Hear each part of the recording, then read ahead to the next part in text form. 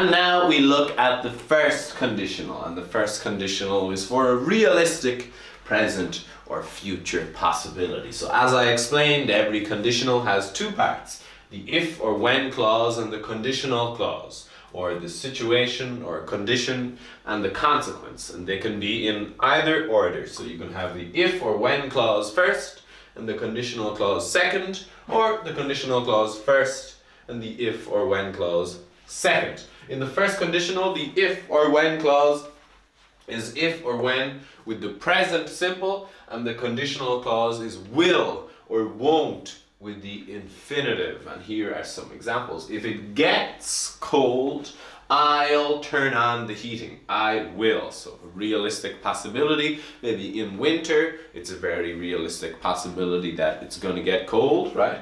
So if it gets cold, I'll turn on the heating. If I have enough money, I'll buy a Ford. So that's a pretty realistic idea in terms of a car that you can buy. It's not too much money. It's not millions and millions and millions and millions of dollars or euros or pounds or whatever. No, it's much more realistic. So it's a realistic possibility. If I have enough money, I'll buy a Ford. Yeah, this is a very realistic possibility. If you arrive late, the boss won't be happy. If you arrive late, the boss won't be happy. And if you give her your phone number, she won't call you. Okay, unfortunately, that is a realistic possibility for many people, many situations.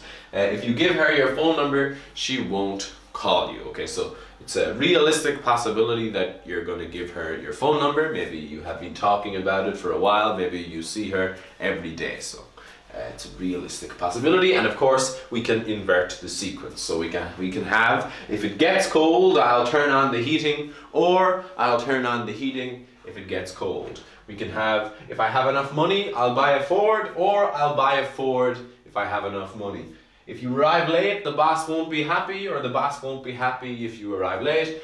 If you give her your phone number, she won't call you, or she won't call you if you give her your phone number. And again, we see that when the if or when clause comes first, we have this comma. We have the commas between the two clauses. Okay, so if the if or when clause comes first, put a comma between the two clauses. Now let's take a look at these contractions. I'll, which is I will. But what are the other contractions of subject and will? And so here they are. So I will, I'll. We already saw it in the examples. I already mentioned it. You will, you'll. Be sure you put your tongue on the roof of your mouth to make the not you. You'll. Okay, so you'll. He will, he'll, not he'll. She will, she'll. It will is the only contraction with two syllables. It'll. We will, we'll. You will, you'll. Again, the same. You'll. And they will, they'll. One more time. I'll, you'll, he'll, she'll, it'll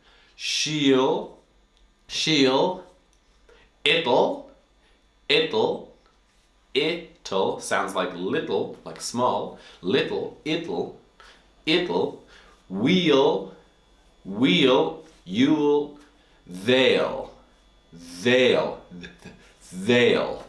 they'll. And it's important to observe that the present simple in the if or when clause can, and often does, refer to a future time. So the verbal tense is the present simple in the if or when clause of the first conditional, but we're talking about a future time. If it gets cold, present simple, tonight, future time, I'll turn on the heating. If you go, present simple, you go to the gym tomorrow, future time, you'll feel much better. Okay, so even though we're talking about the future, we use the present simple in the if or when clause of the first conditional.